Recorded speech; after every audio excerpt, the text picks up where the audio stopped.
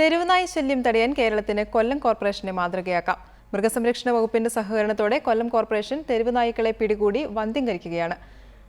കൂടാതെ തെരുവുനായ്ക്കൾക്ക് പേവിഷ പ്രതിരോധ കുത്തിവയ്പും എടുത്ത ശേഷമാണ് തിരികെ തെരുവിലേക്ക് വിടുക.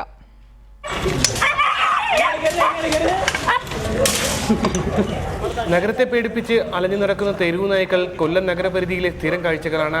എന്നാൽ കോർപ്പറേഷനും മൃഗസംരക്ഷണ വകുപ്പും കർമ്മ പദ്ധതിയുമായി മുന്നിട്ടിറങ്ങിയതോടെ തെരുവു നായ്ക്കളുടെ കഷ്ടകാലം ആരംഭിച്ചു.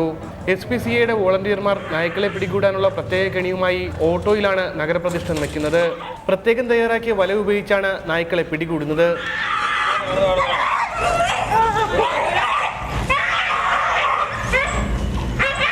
തെരുവുകളിൽ നിന്ന് പിടികൂടുന്ന നായ്ക്കളെ ഒരു ദിവസം നിരീക്ഷണത്തിന് ശേഷമാകും വന്ധീകരണ ശസ്ത്രക്രിയയ്ക്ക് വിധേയമാക്കുന്നത്.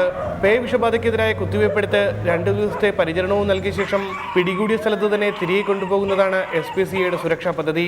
തെരുവു നായ്ക്കളെ നിയന്ത്രിക്കാനായി സ്ഥിരം സംഘത്തെ രൂപീകരിക്കുമെന്ന് കോർപ്പറേഷൻ പ്രതിനിധികൾ അറിയിച്ചു. റിപ്പോർട്ടർ, കൊല്ലം.